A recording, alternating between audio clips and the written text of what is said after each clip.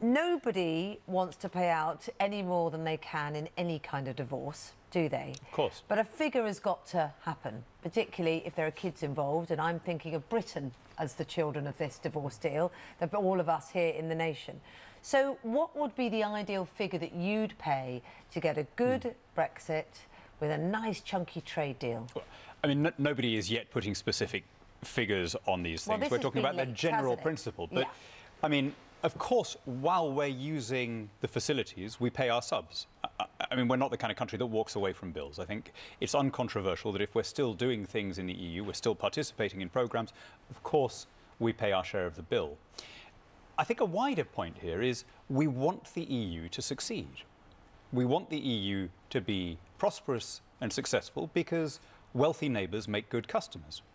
So this shouldn't be seen as a kind of competitive, aggressive, win-lose situation. The ideal outcome for us is one where we and they are doing well. I want to leave my husband, but I'd love him to be happy. Really, well, you want yourself to be happy in a divorce, don't you? Well, so I mean, I've known people who have, sadly, who have gone through this, and there are ways of going through divorces where you can either make it a wholly negative thing where you don't mind if you hurt yourself, or you can try and optimise the outcome for both people, and Daniel, we should be doing the second of those things. I mean, Kate's question was, how much would you pay? £20 billion, is that too much? Is that what we should be expecting to pay? Do you think we should pay nothing at all? I mean, but that's in return for what? I mean, it's a meaningless question to say, here's a figure which I'm plucking out of the air. What do you think? It can't be meaningless. The Prime Minister's about to make a speech about it. She hasn't. Let's see what she says. So you don't think she's going to say this? What she is talking about is paying a little bit less than we are currently paying for the use of pretty much all the facilities that we're using now, minus the representation in Brussels. Now, that seems to me not unreasonable. I don't know exactly what the figures are going to come to,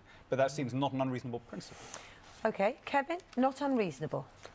Look, I can't remember hearing this during the referendum campaign when it was going to be £350 million a week extra for the NHS. Doesn't exist. And now it looks like a down payment of £20 billion, and that will go up. If it's a divorce, it's like maintenance payments. And you're going to have to continue paying them. I think she's dealing, Theresa May, just in the real messy world of what Brexit means and how you go about doing it and what you achieve.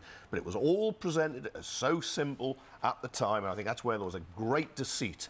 That we were told it's got the easiest negotiations in history, I think said Liam Fox, the International Trade Secretary. They all pretended it was going to be simple. It's not going to be simple. The trade bit will be, because when we come to the trade, it'll be the first trade talks ever where you're starting from a position of zero tariffs and regulatory equivalence.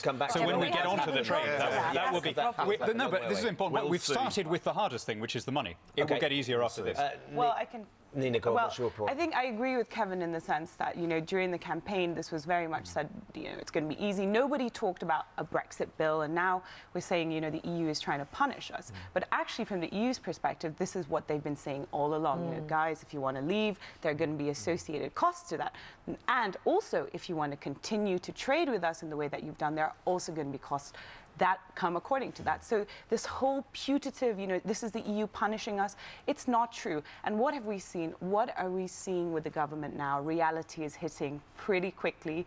The government is not looking too strong in the eyes of the EU partners. And I think that the sooner politicians are honest with the public about the trade-offs that Brexit will inevitably bring, the better, because we're beyond the campaign. We can't just talk in slogans. No, exactly. We can't read that because we are what we are. It's a weird situation, isn't it? Theresa May's going to Florence to give this huge speech, which is supposed to be so critical. We don't even know if the EU are going to be listening. It's not like she's giving it to the EU. She's just giving it out to the ether. I have a feeling they might hear reaction? Yeah, but what kind of reaction back would feel like a result? So I think that, first of all, it's interesting to point out that this date is not being sponsored, this visit is not being sponsored by the Italian government. This was set up by a private events company. So, of course, Theresa May is trying to signal to the EU, look, we want to negotiate, we're trying to make movement. I'm coming to you, yes, we're trying to make, exactly, I'm coming to you. We're trying to make movement on some of the issues which has held up the Brexit talks. Look, we're 6 months in. It's not going too well because the fundamental issues, which includes the money, the issue of EU citizens' rights, and the issue of Northern Ireland, there has been no movement on that. So this great movement towards, you know, the new free trade deal that we're going to strike. It's not going to happen until these issues No, but are what resolved. would be a good result then, Kevin? Because we're not expecting, are we, this afternoon, suddenly the EU to go, oh, yeah, good plan, course they OK, won't. we'll They do never that. do. So how can we, as people sitting here watching our world be devised by these leaders, how can we judge a good result? I know, and every country always thinks it's the centre of the universe, and the fact is that in the rest of Europe at the moment, they're looking towards the German elections this weekend and what's happening in Spain and Catalonia, and I think we're in third position.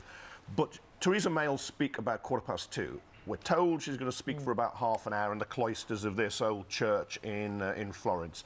Then there'll be a response from the European Union about half an hour later. Part of it will be favourable, part of it will be tough, because it's negotiations, and they want to get the best deal for the other 27 countries. We, quite rightly, want the best deal for Britain, whatever that is. And one of her problems remains that her team isn't united.